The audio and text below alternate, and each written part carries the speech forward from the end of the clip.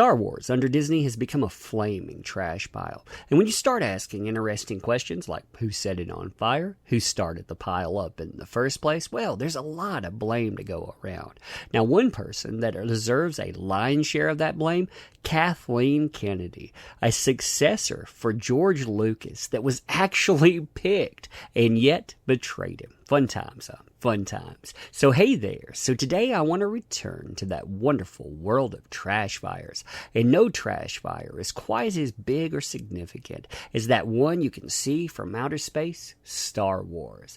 Now when we're talking about Star Wars, we're also talking about many places going to bat and shilling for it. One of those places, Rolling Stone. They had an interesting interview with Kathleen Kennedy. Now this, I'm going to stick to one part of. I actually want to do two videos talking about this thing, but one specific part I want to talk about with this one is the part discussing George Lucas and his dissatisfaction with Force Awakens.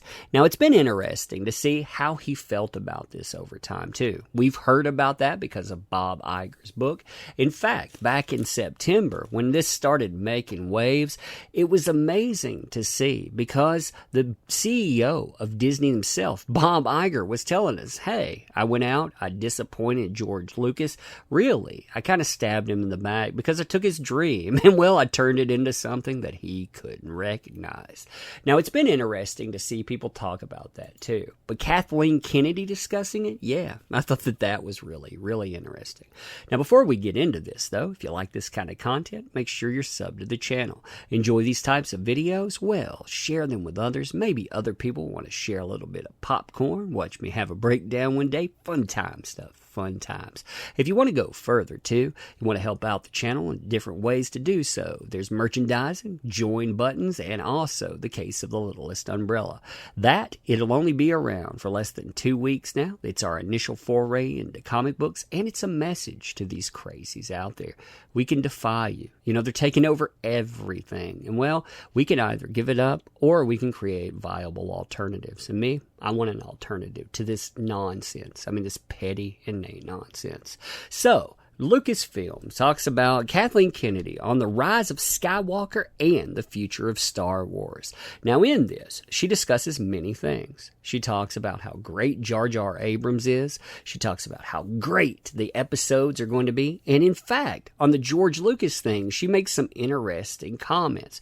She notes here, which feels like an insult when you think about what came before. She was asked, Jurassic World director Colin T was slated to write and direct episode 9 before you brought J.J. Abrams back in. Is this the final entry in the trilogy, a particular hard nut to crack? Every one of these movies is a particularly hard nut to crack. There's no source material. We don't have comic books. We don't have 800-page novels. We don't have anything other than passionate storytellers who get together and talk about what the next iteration might be. Now, when you think about that, and you think about why George Lucas might actually be irritated, number one, that first movie, it literally used a blueprint for it, A New Hope. You know, when The Force Awakens came back, it was a shot-by-shot retelling in some portions, only dumbed down to a way that only Lens Flare himself could bring us. When you think about all of the EU as well, and that being tied to George Lucas, yeah, you're talking about something that he was passionate about because it had been his life's work. He had been connected to it from go. I mean, you imagine that plucky guy going out, creating this stuff, the way that he grew, his ego grew too, but also his love, his affinity for those characters. When they say they have no 800-page novels, yeah, I hear you. I hear you loud and clear. Now then, we hear through this about Bob Iger. We hear about that new book, and we know some details about George Lucas's dissatisfaction with Force Awakens. What are your feelings about that? So Kathleen Kennedy says, well, personally, I had a relationship with George going back to all of us meeting before making Raiders of the Lost Ark. So this is a long 35 plus years that I've known George, and I continue to be very, very good friends with George. And I think there's plenty of examples where people create something that is fundamental to who they are, where it's difficult to let go, and watching that become something different. So I think initially that was difficult for George. I don't think he anticipated how hard that would be. Maybe you shouldn't have told him that you were going to go in and honor some of this stuff.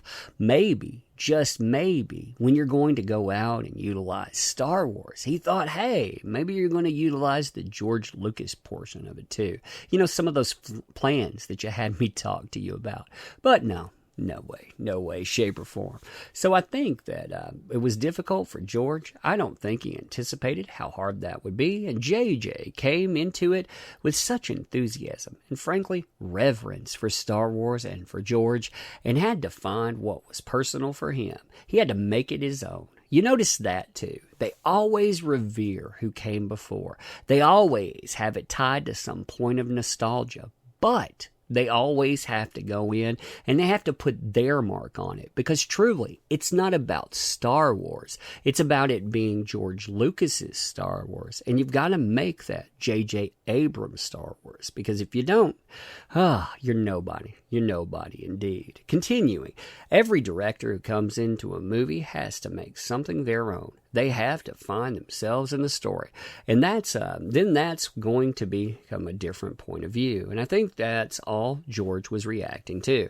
Now, I think he was reacting to the fact that you folks set him down. You talked about what makes up a Jedi. You talked about the science to it versus the mythology to it.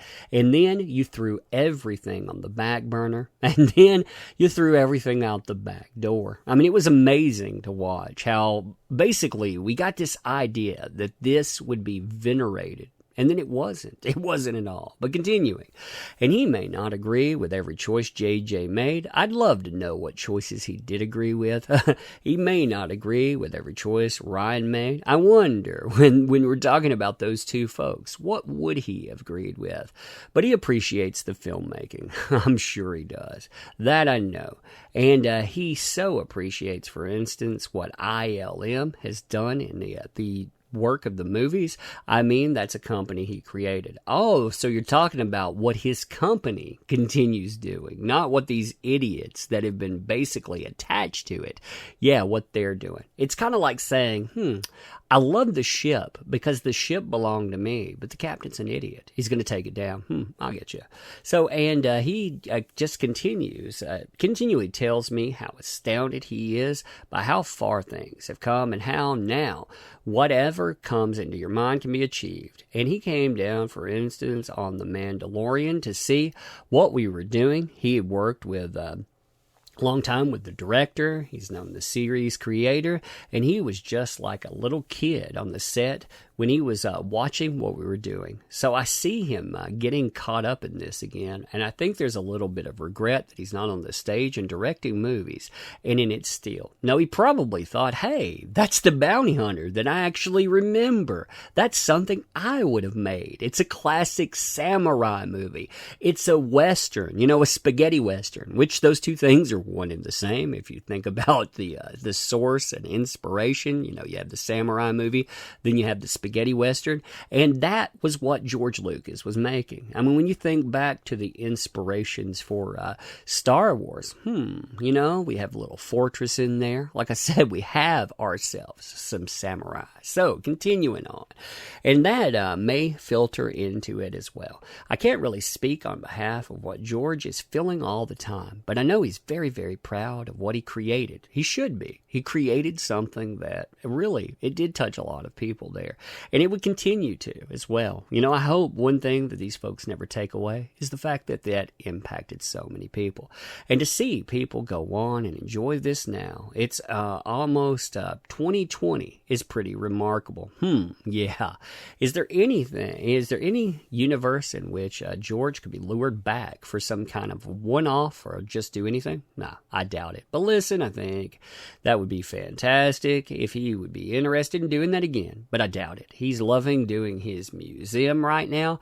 That's a huge project, which is going absolutely fantastic. It's a narrative museum, so it keeps him engaged in storytelling. I think he's loving that, and he's loving his little girl, his 6-year-old daughter, so he's pretty fulfilled. So you notice how really, right off the bat, we'd love to have him, but no, No, he wouldn't. No, he wouldn't at all. Because, again, when you go back and you read about what Bob Iger actually said with this stuff, when he's talking about the direction here, I think it's really telling because you see this narrative in this versus, again, this narrative sometimes later.